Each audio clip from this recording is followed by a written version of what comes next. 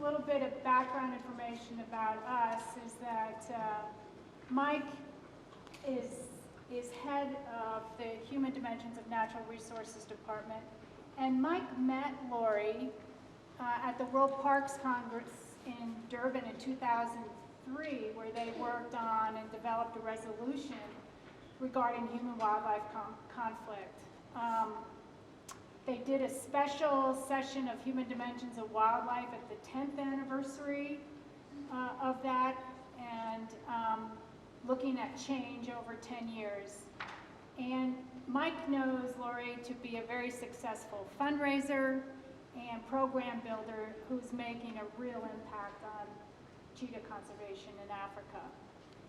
And Jerry knows Laurie through her contributions to the journal Human Dimensions of Wildlife and her participation in the Pathways Conference in January of 2016, and that's where I met Laurie.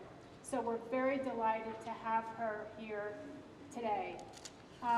Laurie is a research scientist and conservation biologist. She's well known as one of the world's leading experts on cheetah. She has pioneered research, established conservation models, and created many cooperative alliances on behalf of the cheetah. Under her leadership, her program, which is the Cheetah Conservation Fund, has grown into a world-class cheetah research, education, and conservation institution in Namibia. This is situated, and I guess we'll hear a little bit about it today, of 100,000 acres of integrated wildlife and livestock private reserve in Namibia. In July of 2016, Dr. Marker will celebrate her 26th anniversary with CCF, the longest running cheetah conservation program in the world.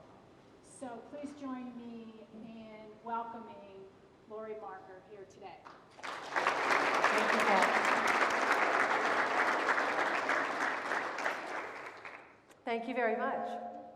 I want to talk with you a bit about our 25 years of cheetah conservation, but talking about the challenges facing the cheetah, as well as the research and activities at CCF, and really what the future can look like by looking at long-term conservation strategies.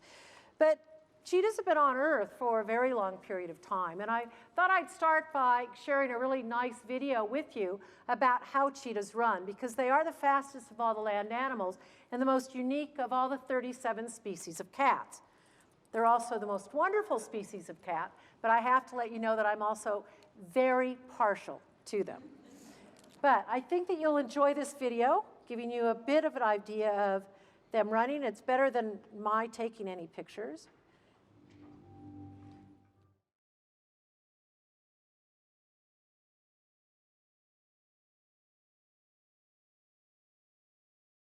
Well, every time I see that ending, always just gets me, because that termite mound is really solid, and so the cheetah's like ramming into that at pretty fast speed. And then catching a hare, unfortunately, that's not really enough to feed a cheetah.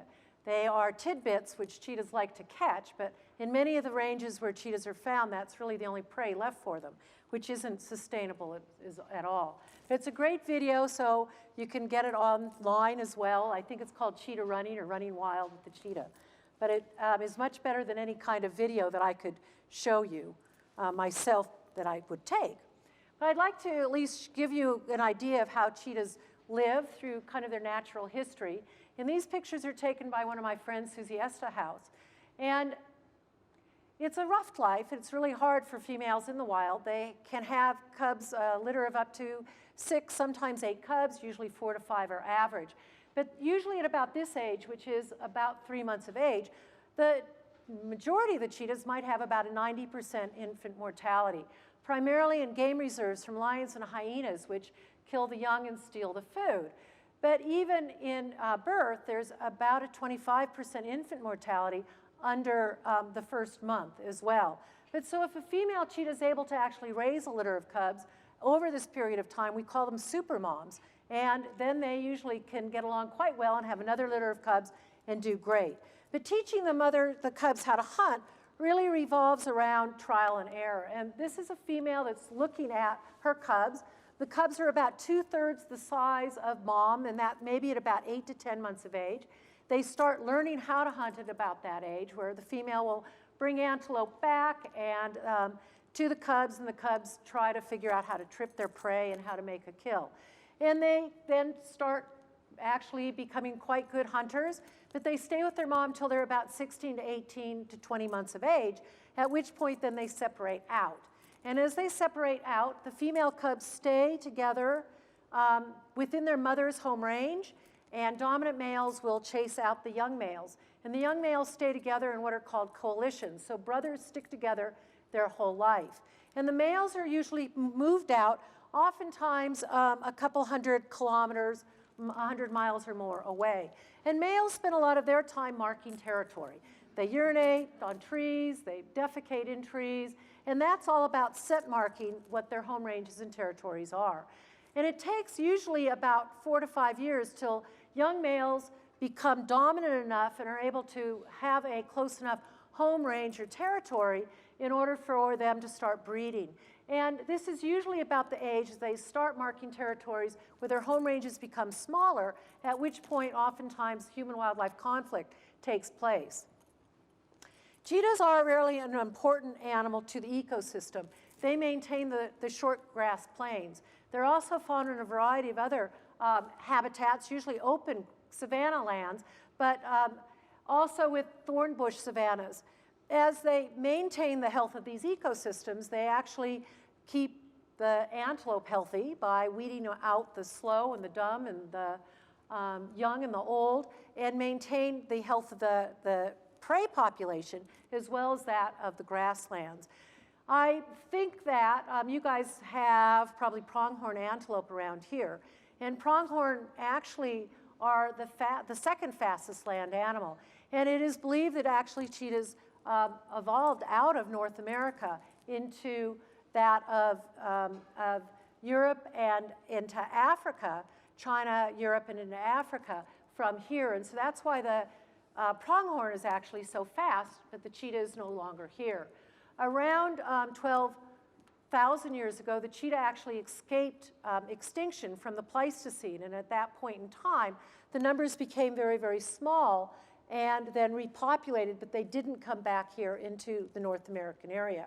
So cheetahs are an important part of these systems, and I'm going to talk about systems probably a lot as we go on. But as I tell our farming communities in Namibia, is that if you have a cheetah, the cheetah is actually feeding the veld. They are nature's doctors, and they also, if they're feeding on an antelope species or whatever they're feeding on, they eat rapidly, and then there are a lot of the other predators come around from the oftentimes lions, hyenas, jackals, even birds of prey like vultures will scare the cheetah away. But then if the cheetah actually is feeding the jackal, then the jackal's not out in your goat yard catching your goats or your sheep. And so really cheetahs are your friend. So always a tough sell, but it's really what happens. Where we're living, a lot of the questions are, what are the benefits of wildlife? And I think that that might be a global issue. Many people understand those benefits of wildlife, maybe from a Western world better than that of some of the developing countries. But there has to be an economic incentive. And conservation is something that we have made, and we have to actually parlay that and relay that into our rural communities. In most of the communities where cheetahs are found, livestock is actually their economic base. And if a predator is catching their livestock, then the predator becomes a problem. Just to give you an idea of where cheetahs are found throughout their range, the yellow is where they were about 100 years ago. So we've lost about 90% of the cheetahs in the last 90 years. And the red is where they're found today, but there's less than 7,000. In 2/3 of the areas where cheetahs are found, the numbers are so low, they're living in very fragmented and pocketed populations. And many of these populations are, for instance, potentially less than 100 animals.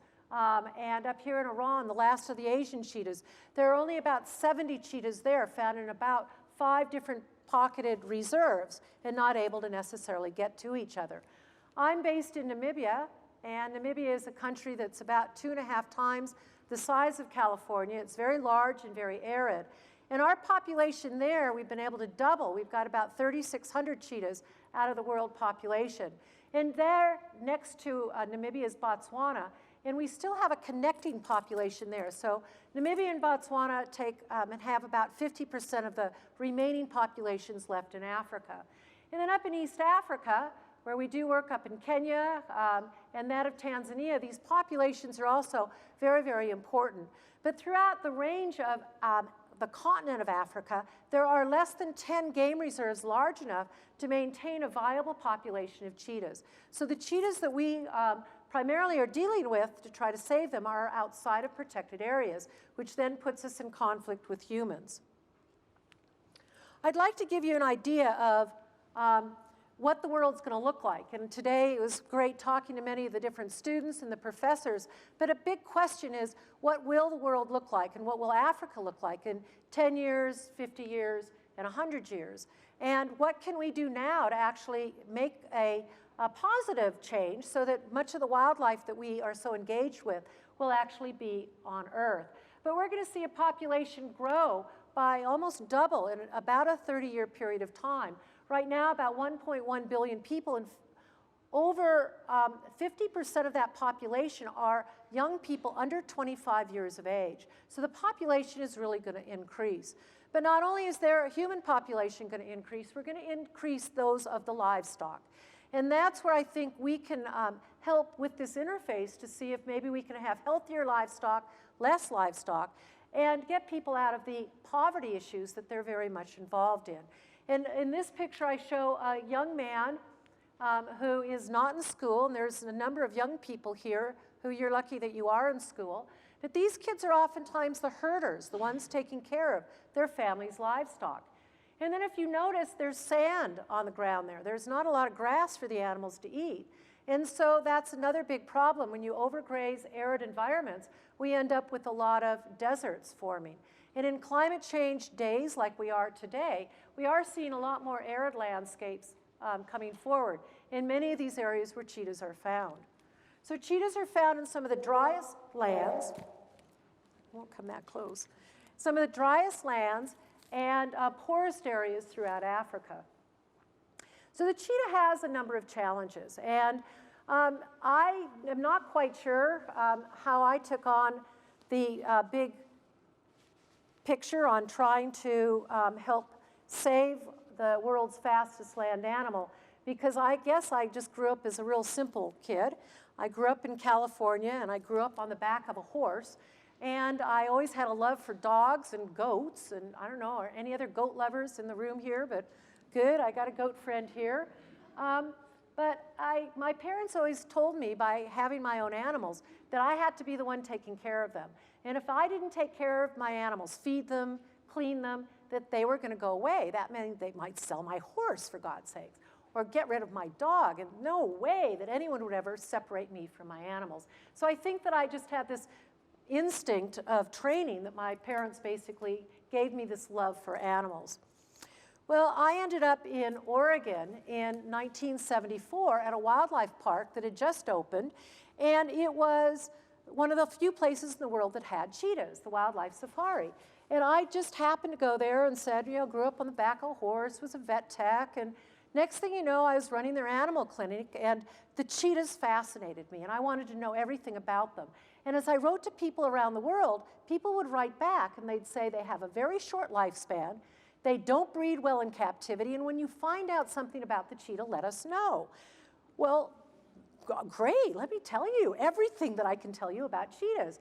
And that's what I found out and kept going. And I ended up raising a lot of other animals, but the cheetah just fascinated me. And I ended up in Namibia in the middle 1970s, where I took this cheetah here, whose name was Kayam, who I had a first of its kind research project to find out if she could go back out in the wild and learn how to hunt. Well, nobody had done that, and I didn't know what I was doing, but I thought, sure, great. Sure, I'll go over, and I'm sure I can teach her how to hunt, if not. What I found as I got there was that farmers were trapping cheetahs. Once trapped, they were killing cheetahs, and the people that I met there just thought I was nuts. cheetahs, they're vermin. They catch our livestock. Who are you, young American woman? And who's this cheetah? Who would then kind of purr and lick their hand, and then they'd go, what are you doing studying cheetahs? And I said, well, they're the most wonderful animal in the world. And so I kind of won my way into their heart by this cheetah purring away. Well, her name is Khayyam, and there's stories about everything. But we do have, and a lot of the endangered species today have Endangered Species Days. And the Cheetah's Endangered Species Day is on December 4th. And that is her birthday, because it was all her fault, because if she hadn't taken me over to Africa and I hadn't seen all of this, I would not have been able to double our Namibian cheetah population and develop programs throughout their range. But I came back to the United States with her after teaching her how to hunt for several months. And Namibia was in war at that time, trying to get its independence from South Africa.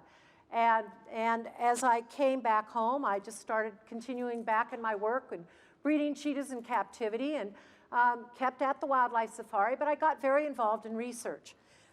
And my research actually took me into a strong collaboration with people from the National Cancer Institute and that of the Smithsonian National Zoo, where we started looking at cheetahs a little bit closer.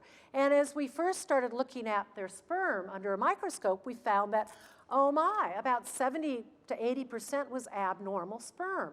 And we thought, gee, I wonder what that was. And then doing more early genetic work on electrophoresis, found out that the cheetahs actually lacked genetic diversity. Every single cheetah looked to be exactly the same. And our studies have actually been ongoing now for, well, close to 40 years. We learned that many of these cheetahs had a very high susceptibility to diseases, different than what we saw with domestic cats, and anything different than we've seen with any of the other cats even to this day. And so that started a lot of our long-term research on diseases. And then how adaptable could they be if our climates start changing and environmental and ecological issues start changing around them? And so that really started looking even closer and more deeply at some of the genetic issues. So as I mentioned, cheetahs don't do well in protected game reserves, primarily because their lion numbers are growing. And they're only protected and safe in game reserves, lions, most of the time. Today, we're even seeing a decline of lions. There's only about 20,000 lions left throughout Africa as well. But lions will follow the cheetah, take the kill, oftentimes kill the young. And so that's what pushes the cheetahs out of these protected areas, and it puts them on livestock farmland. And if the farmers aren't managing their livestock appropriately, then the cheetah can catch livestock. But I want to point out that predators and cheetahs are not wanton livestock catching animals. They are opportunistic. They want to catch something that's an easy thing to catch to feed themselves. And if there's no wild prey and there is livestock, then that's the only thing that they have to eat, or maybe hare or rabbit, which won't feed a family. And so wildlife is really important. But this is what took me into working with the communities. I went door to door and worked very closely with the farmers, and I wanted to know, why were they killing cheetahs? Was it because of a perceived threat to their livestock or an actual threat to their livestock? And so when I first moved to Namibia in 1990 and set up the foundation, coming back, and Namibia had just gotten its independence from South Africa, and as I moved there, I wanted to find out more about how the farmers were actually living together with cheetahs. And so by talking to the farmers, I learned a lot more about their problems. I want to take you to another problem area right now and briefly talk about illegal pet trade. And many people today are learning a lot about issues around wildlife trafficking and that of elephant tusks and rhino horn and tiger bone. But for cheetahs, it's a problem around young cubs. That in many of the areas, in areas around Somaliland, southern Ethiopia, northern Kenya, there's a lot of trafficking that's going on, where young cubs are actually caught, and they then traffic them over usually to the Middle East, areas around the UAE, and where they are then sold, and the people who usually buy them are usually quite very rich people. And the problem is they usually don't make it into the trade. So of one cub that might make it into the trade, 5 probably die from disease issues, from poor diet, And then those that do make it into the trade, usually they don't make it for even up to 2 years of age. They end up in a chicken coop-sized pen, like this one over on the lower left, where the animals then usually die, and oftentimes from stress and also diet-related issues. So we work up in the UAE quite a bit trying to work with the government, work with the veterinarians, and work with some of the good sheikhs to try to help them talk to some of the other sheikhs and sheikhas not to have these animals as pets. They are not pets. So just in looking, these are kind of like 3 legs that we stand on in the work that we do. And that's continually looking at the biology of the cheetah. So we are a science-based organization and continually monitor the health of the animals, the long-term genetics. We also look at the livestock health as well. And then stopping the conflict where the cheetahs don't have to be caught. And fortunately, over the years that we've been there, we have used to work on 50 and 80 cheetahs a year. Today, we're lucky, we're happy that farmers don't call us because they have many times closed their traps in Namibia and have stopped doing the catching that they used to do. And a lot of that revolves around the education, the livelihood work that we've done in order to get the communities involved in conservation. I'd like to share with you what we are.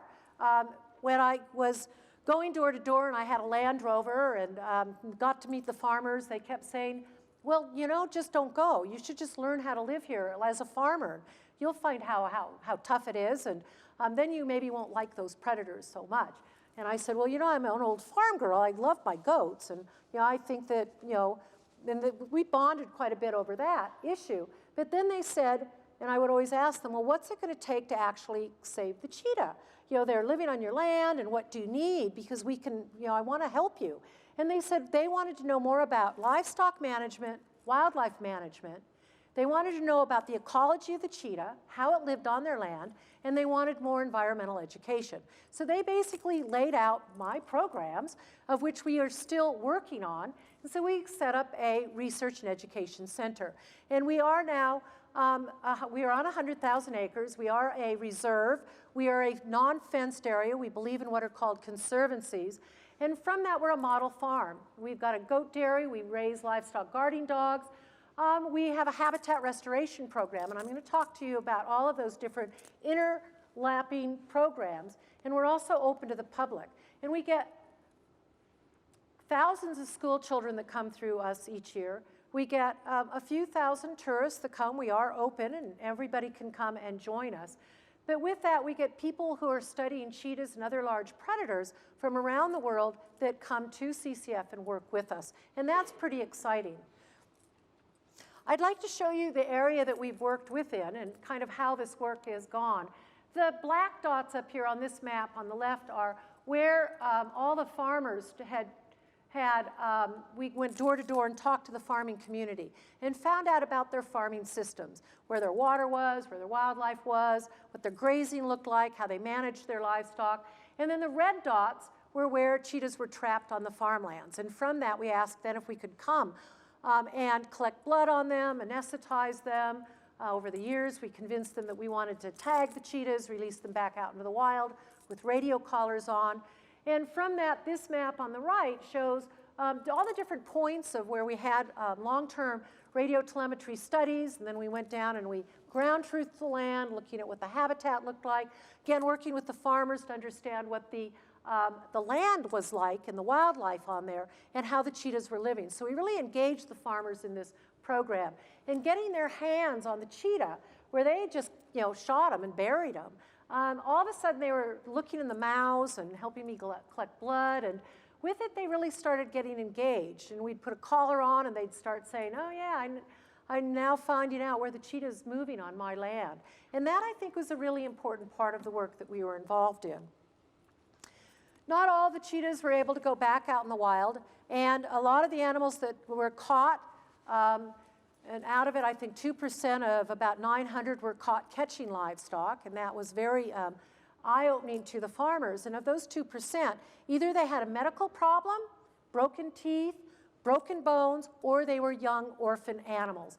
And at about 8 months of age, they look almost like the adult size.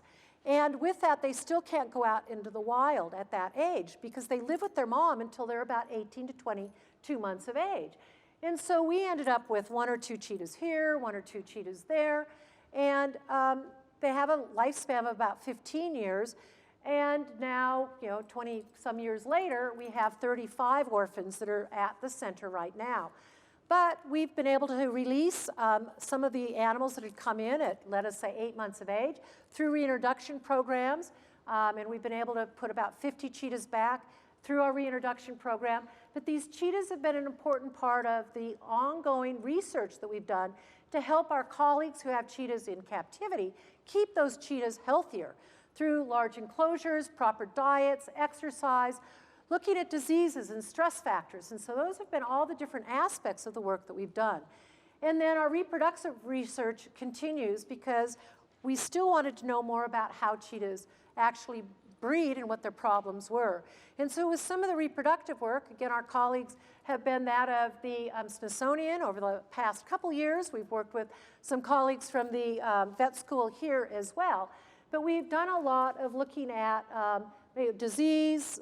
These animals are anesthetized, looking at the kidneys. Here's an embryo from a blastocyst stage where we were able to develop the baseline at what point you could actually extract the eggs, and then using frozen sperm or live sperm from male cheetahs, being able to actually bank these embryos down, but we've not been able to do in vitro fertilization at this point in time. And the sperm that we bank in liquid nitrogen is part of a genome resource bank. So every wild male cheetah that we have our hands on, we've actually banked it down in best practice. And then we never touch the wild cheetah's sperm. We only use our captive animal sperm if we want to do any research. And then a lot of the cheetahs that we've seen out in the wild that we've had our hands on, so many of them, over 900 animals and lots of different samples, but we see a lot of animals that have these kinked tails. We've seen of other reproductive abnormalities and other morphological abnormalities as well by actually having our hands on so many animals. This is just to give you an idea of some of the genetic work that we've been involved in. Stephen O'Brien's on the left side, and he's a well-known geneticist. Anne Schmidt-Kunzel is our geneticist at CCF. She did her PhD with Steve. And about 8 years ago, we set up our own genetics lab. Prior to that, I was having to send all of my samples over here to the United States. And that was a long time, and then I had to work on getting the samples analyzed. So by setting our own genetics lab up has allowed us to actually train more Namibian students, African students coming and working with us. But this was an interesting process right here. We were actually taking a sample of a cheetah that was named Chewbacca. And he was an orphan that had come in and lived about 16 years. And his sample actually was the sample that was used about 3 years ago when, with our team from Genome 10K, we actually sequenced the cheetah's genome. And so Chewbacca passed away before his genes were sequenced. However, he now is the basis of all the work that we will do genetically to look at even genetic-related diseases. And so he kind of lives on, and that's, again, some of the basis of the long-term work that we're involved in. Just from a medical side, I just thought I'd introduce you to some of our other local staff and a local problem that we just had a couple weeks ago before I left Namibia. Our tall veterinarian there is from Cornell. We work with a variety of different vet schools. The young lady in the front here on the right is a research vet also from Australia. And then our registered veterinarian is on the left. She's from Austria and is registered there in Namibia. But this cheetah had been caught because he was catching livestock. And he was in a trap, and the farmer was very angry. And as we anesthetized him, we found that he had a really badly broken leg. And so with that, just giving an idea, we are a registered veterinary clinic, and just looking with the x-ray, what the x-ray looked like, and it was totally calcified, so it was an old wound that had not healed properly, and he cannot walk. This video actually shows he's a wildcat, so we put up a camera trap, and then we wanted to see how well he could stand on that foot and how skew it was, because we couldn't really see anything when he was so wild. And it just kind of gives an idea of, how you can actually treat an animal. He's fortunately calm, but you can see it's almost double in size, the one on your right looking this way. And again, it's very skew. And so he's an animal that will not go back out in the wild. He was catching livestock. And the farmer was glad that we took him, and he will live at our sanctuary. But this farmer has not had livestock problems before, and hopefully he will not again. But it's not every animal that has problems. And it's good to be able to let the farmers know that. Most of our work revolves around keeping cheetahs back and living in the wild. So of those 900 animals that we've had our hands on, the majority of them have been able to go back out into the wild. And I think it's really an exciting time. And as they go back, cheetahs are not an aggressive animal. They don't turn around and want to eat you. They turn around and run as fast as they can to get away from you. You wish they'd say thanks sometimes, but they don't.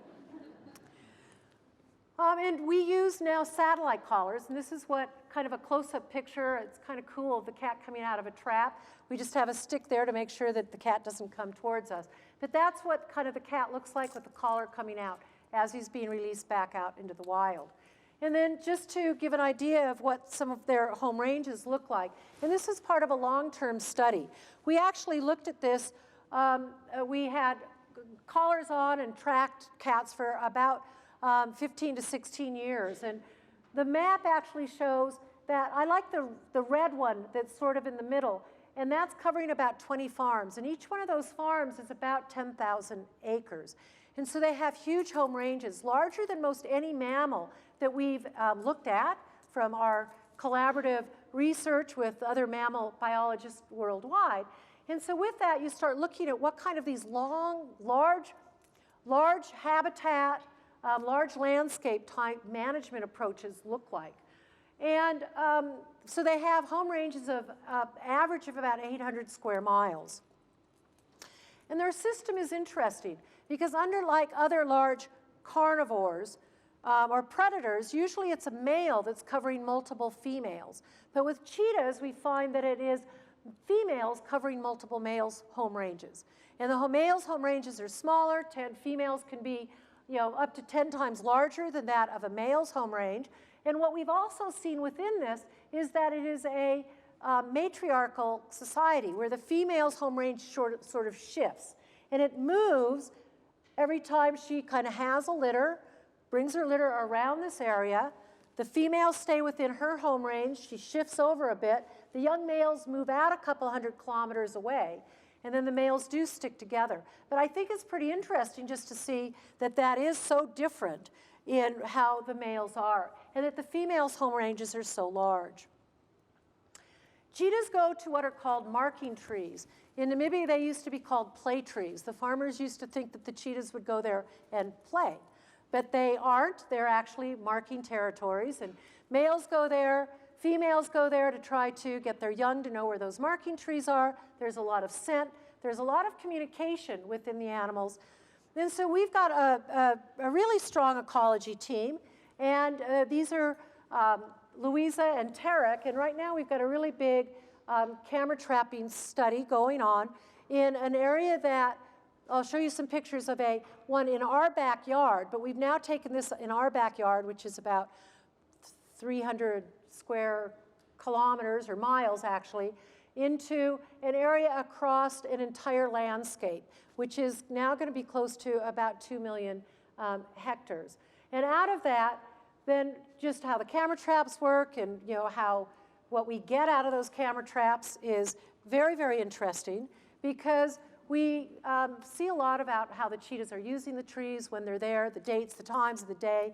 They are diurnal, morning and evening, but we do see them especially in moonlit nights out a lot at night. And we have a lot of leopards that go to the trees as well. This is a leopard on the right side. And most people don't know the difference between a cheetah or a leopard. A lot of the farmers don't know the difference. And just to explain, leopards have what are called rosettas. And so they're like dots within polka dots. And so most clothing that people wear is usually leopard. But just to give you an idea of what those camera trap photos look like.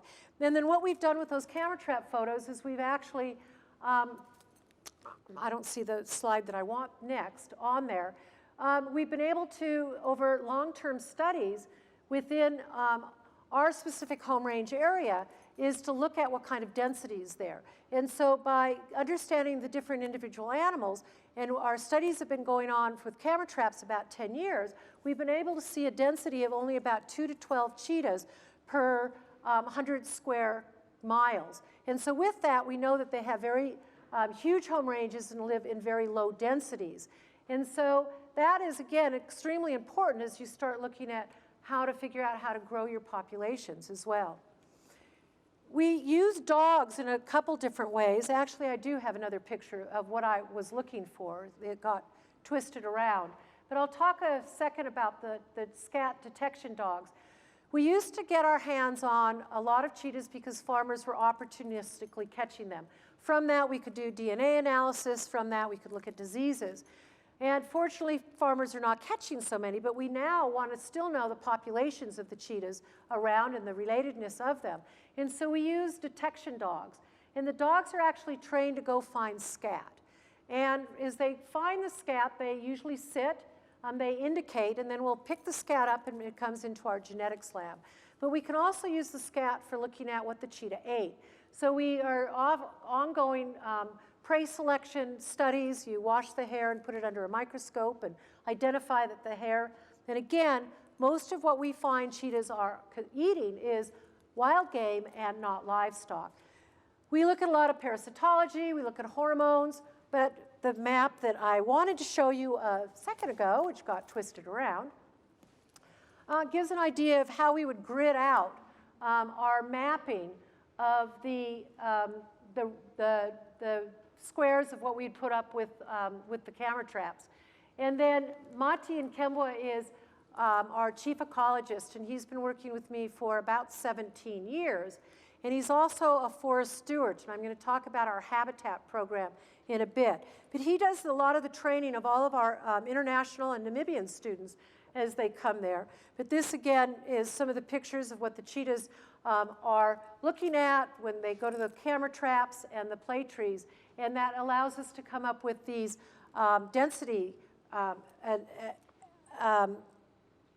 averages.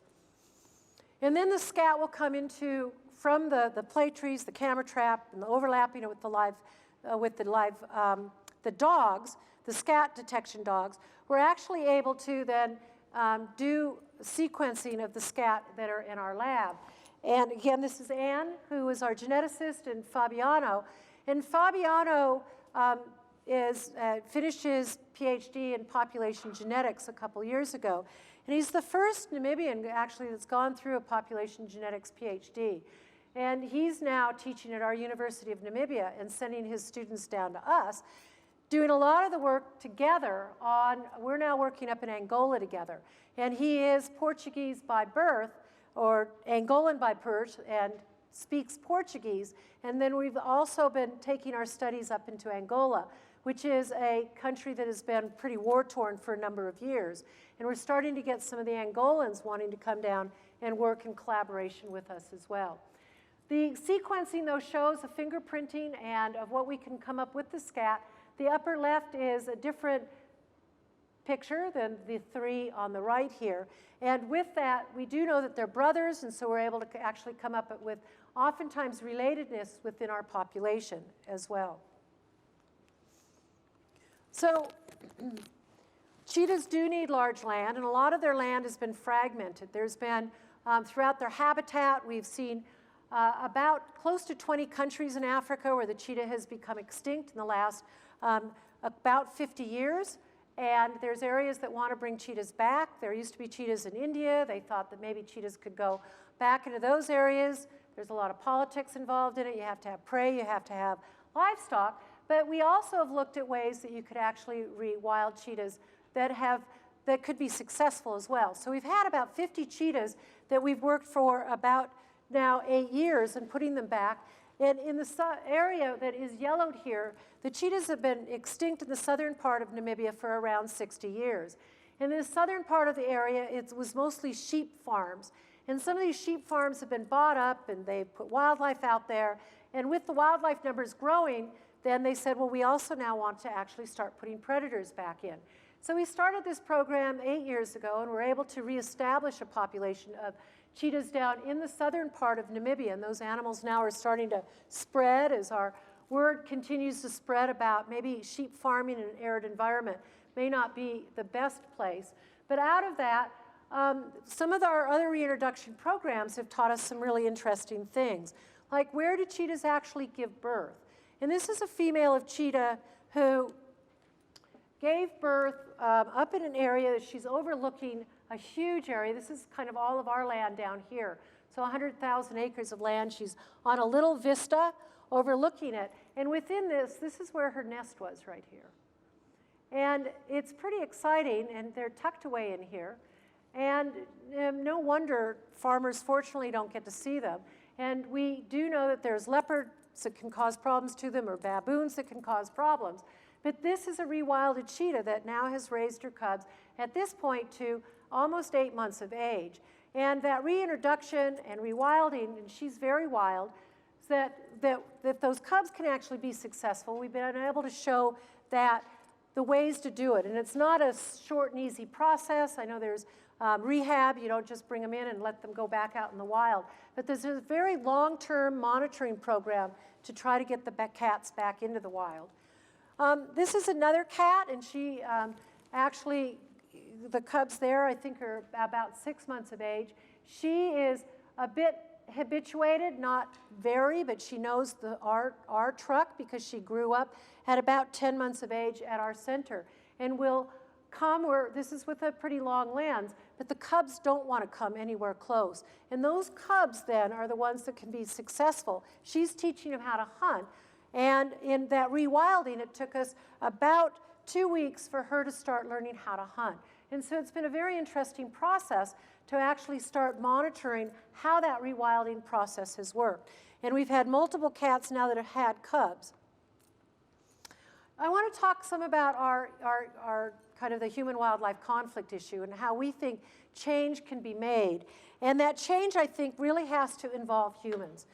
And with that, we've developed a livestock guarding dog program, which I'm going to talk with you a little bit about, and a program that we started, which is called Future Farmers of Africa.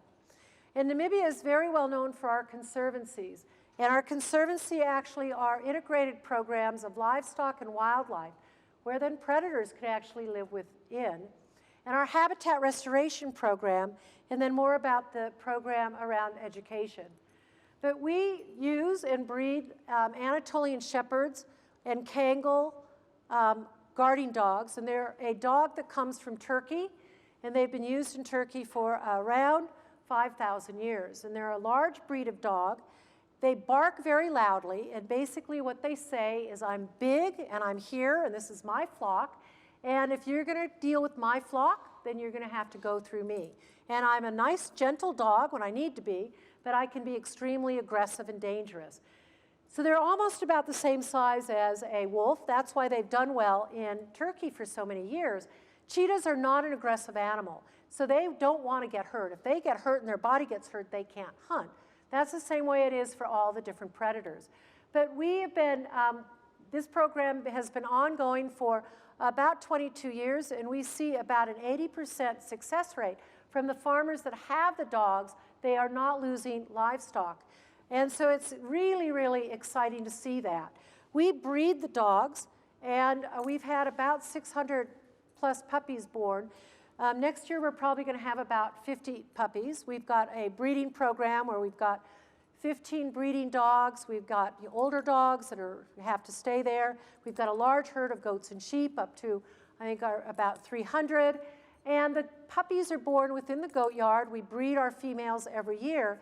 And then we place those puppies with the farmers when they're about 10 weeks of age. And at this point in time, they've been vaccinated. We've neutered them.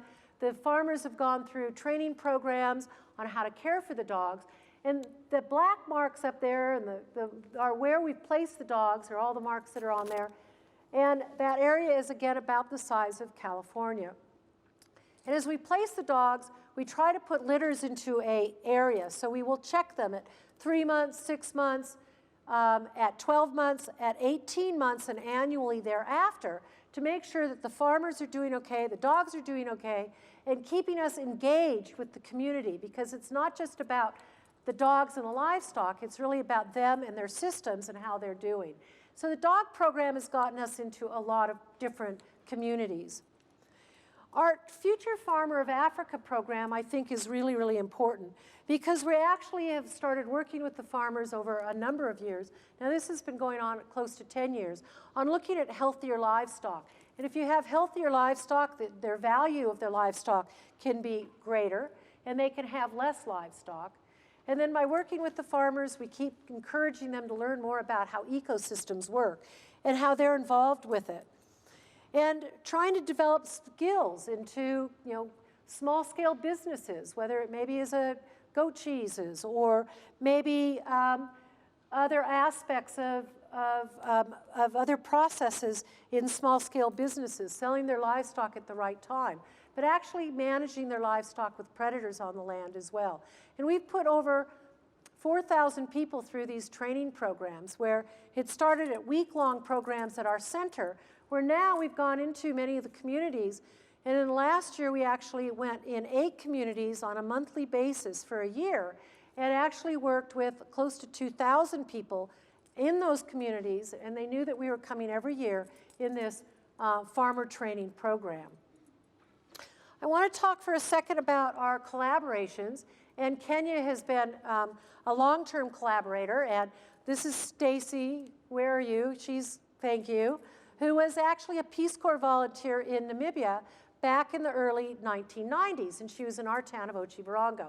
So when we all got together at the Pathways Conference in Kenya, we talked about coming out here and talking, which is great. But I went on up to our field base with Mary above Samburu, where now I think Stacy's going to take her course in June, July, just coming up in a couple months.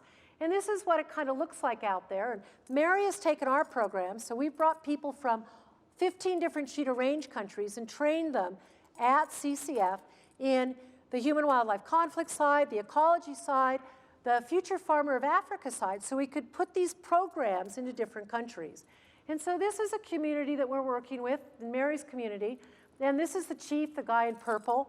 He asked if I was married. I thought it was really cute. I told him I liked his goat, and so, we could make a deal, but that day he was deworming his goats. And he said, I just had the rainy season, and I learned from Mary in your program that how to actually go about properly deworming my goats. And so here he is deworming his goat, and he had the proper dewormer, and I was really pleased looking and working with him. We're working in another area in Namibia called the Greater Waterberg Landscape. And this is a huge area. And the Waterberg Plateau Park is a national park. It's the green area in the map over there. And yet the area around it are conservancies. In this area, it's one of 5 areas in Namibia called the Greater Waterberg Landscape. And in this area, we've got cheetahs, wild dogs, there's leopards, hyenas, we've got rhinos, there's some of the most rare vultures in the Greater Waterberg. And the communities are an amazing community of Herero-speaking, culturally important tribal people within Namibia. And this group of people have agreed to look at livelihood development into this program called the Greater Waterberg Landscape. And we got support over the last year from the EU. And with our training programs, and this is where we did the year-long training program, we found that through training, 64% of the loss of livestock could actually be reduced by teaching simple aspects of livestock management. And that's, I think, pretty substantial. And if you look at that and start putting Future Farmers of Africa into other programs throughout Africa, we could have huge reductions in livestock losses. And the other things we found, actually, was that most of the farmers would keep a financial plan. The people that we're dealing with are people who are rural. They aren't educated. They don't have a financial base. However, we've developed programs that are pretty simple that help them easily develop a simplified financial plan that allows them to maximize their livestock and maybe not feed or sell their livestock just when they need money. Because what happens is I need to put my kids to school, and so I'll sell a cow. So you sell a whole cow, and then all the relatives come, and then all of a sudden the cow goes out to everybody, and you made nothing. But through this kind of training and working with them, they started realizing that their livestock actually had benefits and that they could work a little bit better and make more money, and then their livestock had more value. And then it actually started impacting on their income. So these are the ways that we're trying to grow our community programs. So we've worked with, now just in the school programs that we deal with, about 400,000 school kids. We go to schools, we deal with about 25 to 30,000 school kids per year. The kids come to CCF, we have farmers come to CCF, so we go everywhere and anywhere to deal with the education.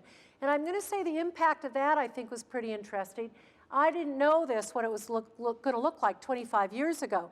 But these days now, the Minister of Environment actually has gone through our training programs, the Minister of Agriculture, and that's pretty important because we work with both those ministries. We've put about 200 Namibian interns through training programs at our center, and most of them are now working within those ministries as well. So it's not just about what we're doing, it's now, I think, about how we're growing our programs within the country. Our habitat and prey are really important, and so the livestock side of it is one thing. But if you don't have grass, you're not going to have livestock, or you're going to have overgrazed lands that Namibia is. About 100 years ago, when livestock came into the country, they overgrazed the land, and then thick and thorn bush took over. And so in many areas, the prey is actually reduced. But this is an area, again, on this map about the size of California. And from overgrazing on this arid landscape, we've gone from an open savanna bush veld, thorn bush veld, into thickened thorn bush. And it's a form of desertification. The roots of each one of those thorn bushes goes down about 15 feet or more, and they drink about 65 liters of water every day. And what I was finding is problem animals were coming in with scratched eyes, catching livestock, and I thought, well, how are they scratching their eyes? They were running through this habitat that used to be open savanna, these thorn bushes, and so we started figuring it out and thought that maybe we could do something about helping this habitat. And I used to live in Oregon, and we used to actually I used to see chip trucks going everywhere, and I saw compressed wood and all kinds of odd things. And I thought, well, maybe this bush could be actually beneficial. Maybe we could figure out how to harvest it. And so we started working with our universities, doing habitat studies and figuring out the densities of the bush and what bush was there, and which we've got open areas versus very thickened areas, what kind of biodiversity was in there. And we started then looking at a habitat restoration and how to chop the bush, the right ways of doing it. We found that we could actually put lots of people who didn't have jobs into work that was actually good work, where they could actually make a living and not just subsistence. And we chipped the wood, and then we had to do something with it, so we found out that we could make like a little fuel log. And it's like a Duraflame log, except it has no additives. It is a high heat, low emission eco log. And Bruce Brewer, who's our manager, has actually taken this even further steps. We are Forest Stewardship Council certified, and so that's looking at the appropriate harvest, but we really can't harvest an area the size of California fast enough. And there is a regrowth, and so we started looking at scaling this up, and right now we're trying to look at biomass energy. And I think this is a really exciting thing, is that in Africa there's a lot of problems with charcoal, and charcoal is actually really bad. We're taking small bush that should have burned, but we don't have fires that are going through these areas. And it's actually a renewable source, and it can actually take the problems that we're dealing with charcoal away. And we're looking at these biomass power plants. And I think in Colorado here, you guys have done a lot in biomass. This is an Indian plant right here. And we found that actually you could harvest an area around 50 kilometers around your village, where the areas are very thickly thorn bush, And you could fuel this little generator, and it could generate enough electricity for the village in these areas that could actually benefit a couple hundred people. At the same time, open your land, have more grazing, and have electricity. So it's kind of interesting that electricity plays a really key role, and yet most of Africa doesn't have a lot of electricity. And so that's one of the scale-up programs that we're looking at. I want to give you the vision of the community that we're working in. And this is kind of the vision of a lot of the communities in Namibia. Namibia's conservancy programs are well known, and we have about 40% of the country that is in conservation land with people on the land, with their livestock, and with wildlife. But we see a balanced ecosystem in which humans and their livestock benefit, both directly and indirectly, from the integration of wildlife. And that's a pretty big step to think about. And then the communities have looked at what they want, and they really want to improve their agriculture. They want some tourism. They want jobs, for heaven's sake. They want income. They don't want to be poor. They want diversified livelihoods. And they're asking for help. And we've actually now, we're like 3 years into the 5 to 10 year program, and in Herero land, and looking at this an area where I keep saying your wild dogs and your cheetahs are going to be your gold mines. I've got gold mine friends in the back there. But this is some of the gold, too, of having the wildlife on the land. And so we've actually developed a lot of programs around training with not only the livestock, but looking at diversification. And some of that then has been around community training and artisans. And so this is the Herero culture. They're women that wear these amazing dresses, big hats. It's colonial. It comes back from the late to 1800s. Each one of those dresses actually is like, I don't know, 16 yards of material. And we're in an area that's like 110 degrees. But with that, they're trying to go into a different livelihood.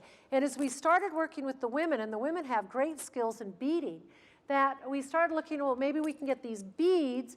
They could make some beautiful things that they do, and then maybe we could look at being an in-between and trying to get some of that, their artworks over here in the United States. It's not an uncommon process, and yet what we're trying to do is to link it back into the zoos that have cheetahs, because there are about 65 zoos in this country, and with that, they usually aren't putting anything back in that way, but the communities actually are the people on whose land the cheetahs are living. And so I like my community, and I want everyone to know who they are, because the wildlife is really in their hands. All I am is a kind of a spokesperson working together with them. And not only do they have cheetahs on their land, this is really what our backyard looks like. And Namibia is a country that is probably one of the few places in the world that can talk about increased wildlife. We have a growth of wildlife because the communities are engaged in conservation. And we monitor all the different wildlife species through our ecology programs and game counts.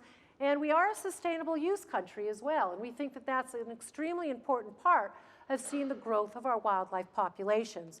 And we study the prey, and we study the different predators, and we do all of this in the name of the cheetah. Because what the cheetah needs is an intact and healthy ecosystem. And the cheetah being the top predator, if you manage them and you manage the land underneath it, then the cheetah can live and feed and be a part of this entire system that then is good for all the wildlife, it's good for the ecosystem, and it's good for the people that are living on the land. So in a nutshell, that's what we do. And I'm here welcoming people to join our team in a variety of different ways. Would love to have interns. We take volunteers. We've got chapters. This is from Northern California, but we've just set up a Colorado chapter, and Dion is in the back there, and she actually is trying to encourage more people here in Colorado to get involved in the work that we're doing. We're trying to develop collaborations with the schools here in a variety of ways, because you can see that we're very multidisciplined, and I believe can actually, from our model in Namibia, help make the world a different place. So thank you for letting me talk to you tonight, and for you coming and listening to the cheetah story. Thank you.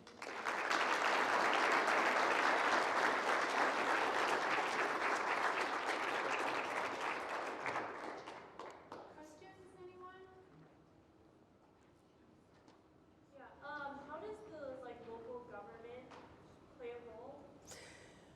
Well, the local government empowers people to manage their wildlife. And so in Namibia, we have really great laws. And with that, the wildlife belongs to the people on whose land the wildlife is on. And so the rural communities, they might be 5,000 people. If they're a conservancy, they manage their wildlife. And so the government they can't police the country. And by giving guidance and good laws, I guess, in wildlife management, they have empowered the people to manage their wildlife. And they've been very supportive of the work we do. So we work really closely with the government. And Namibia is also a really safe country, and I think that's something to talk about in good governance as well. In a lot of places in Africa, the governance may not be that good, and the wildlife is being poached, and there's a lot more poverty. And from that, I think that those all kind of overlap. And Namibia really wants to continue to be a model. And good governance allows for all these different benefits. And we don't have the problems of poaching like they do in many other countries. So I like our government. I've been there since independence. The founding president was our international patron, and we work actively with all levels of government. So. What cheetah conservationists and communities do to help decrease the relatively high mortality rate of cheetah cubs in the wild? How did the communities help reduce the high mortality of the cheetah cubs? Well, most of our cheetahs are found outside of protected areas. And so there we don't have as much of a problem with lions and hyenas seeing the cubs. We still have leopards, we have baboons, which are a problem, but they're not in a game reserve. They're in very large areas. And so with a home range of about 800 square miles, they could actually find areas that they maybe will have less density of leopards in those areas. So, sorry, I can't explain everything. You mentioned that Namibia is one of those countries that actually has sustainable wildlife populations and growing populations. In many countries where they have those populations, there are limited hunts even on predators. Are there any in Namibia? Yeah, we do hunt predators. Including cheetahs? Including cheetahs. So you can buy a small number of rare tags. Right. Fortunately, though, a lot of our Namibian farmers have learned that cheetahs actually have more value to them alive through ecotourism. So, I think that that's an important thing. But and we work very closely with the government and looking at what those sustainable numbers are. And our hunters are extremely respectful of trying to work with the government because they don't want to lose their wildlife. So. Can you talk about how international policy that's trying to address the increasing levels of poaching, how those policies in turn affect sustainable use and the local communities that rely on that as a source of income? Well, just in my years and just seeing what's happened in different areas, and right now what's going on in Botswana is that they stopped the hunting a few months ago, and right now why share your land with the wildlife? Ecotourism is one piece of a whole big picture, and I think that a lot of the poaching really goes on because people are hungry, and so if you start managing. And Namibia is interesting because they started looking years on, is that our arid landscapes really aren't there for livestock, but wildlife does really well. And if you could kind of go into a wildlife economy, that some of the protein needs can actually be brought forward by the utilization of the wildlife if you manage your wildlife properly. So there's a lot of things that have come out of, I think, the U.S. Fish and Wildlife and the way that here the wildlife is managed. Interestingly enough, though, the U.S. could learn a lot from Namibia, although this government is much bigger, in the fact that the communities in Namibia manage their wildlife and work with the government on quotas, where here the private landowners don't have any rights over their animals. And so I think that's interesting and different. But we see that as actually a benefit to reduce the kind of problems that we have in the poaching. side of things. So good policies actually allow for helping along those lines. Mike, you had a question. This Waterberg is the 100,000 acre area. Do I have that right? The Waterberg is about 40,000 hectares, 20,000 acres. Our land is about 100,000 acres. I'm just, with respect to that area, what would the population of cheetahs be for that area? And then also, do you have any estimates of the tourism that happens there? How many people? Well, there's only a handful of lodges there right now. And we did an economic impacts assessment a couple years ago, showing that just by having our center there and the tourists that came in to us, and we get roughly 7,000 visitors a year, that we bring in about close to $5 million into our local community just by having our center there. And so that's pretty amazing. Right now we're in the process of redoing that economic impact assessment and just seeing how it's changed. And it's been about a 5-year period of time. We have a handful of small lodges. Right now they're not in the Waterberg area. The Waterberg area just is the Waterberg Plateau and a sign that says Oka Carrara, and then a bunch of thorn bush and villages and women that have these wonderful dresses.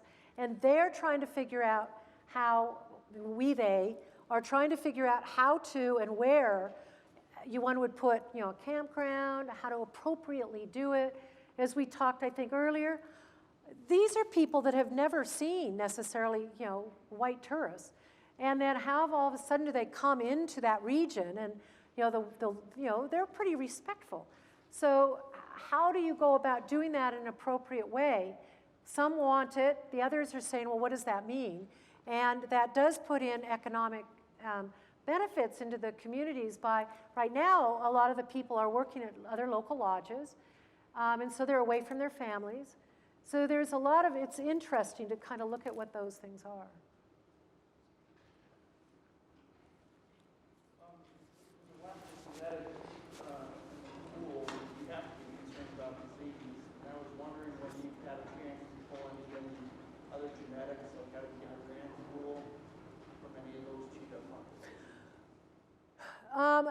Yes and no. We just banked a bunch of animals up in the UAE, which are from probably the northern parts of Africa. They're all confiscated animals.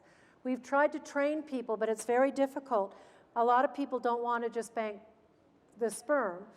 So we've got some banked but we need to do more of that. Up in Iran, you can't get your hands on the animals. And so with that, the recommendation isn't to try to. It's to try to grow the population working with the communities.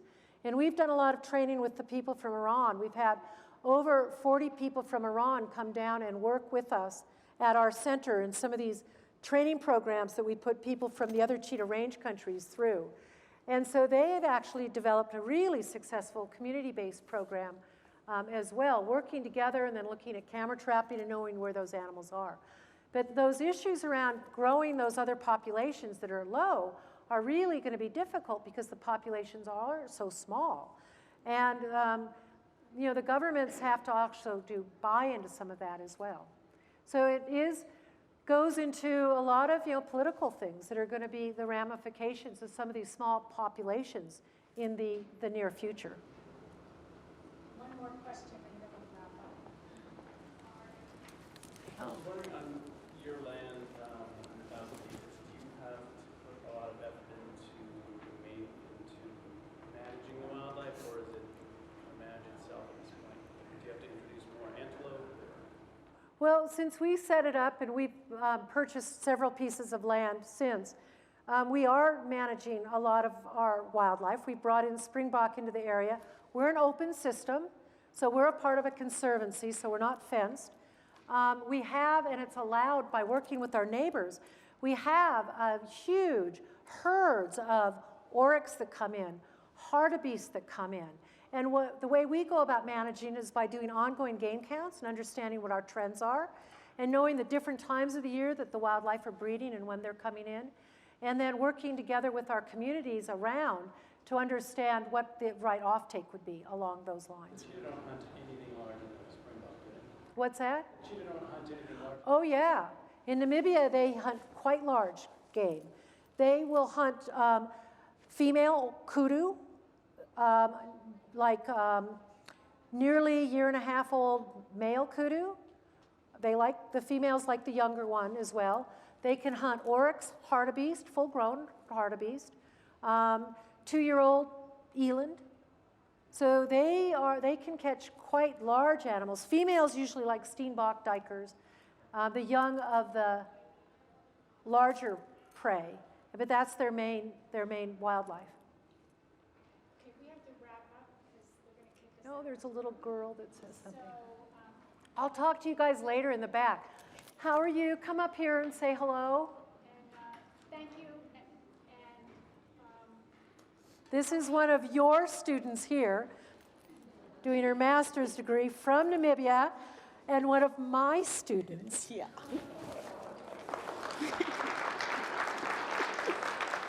I'll take you. Okay.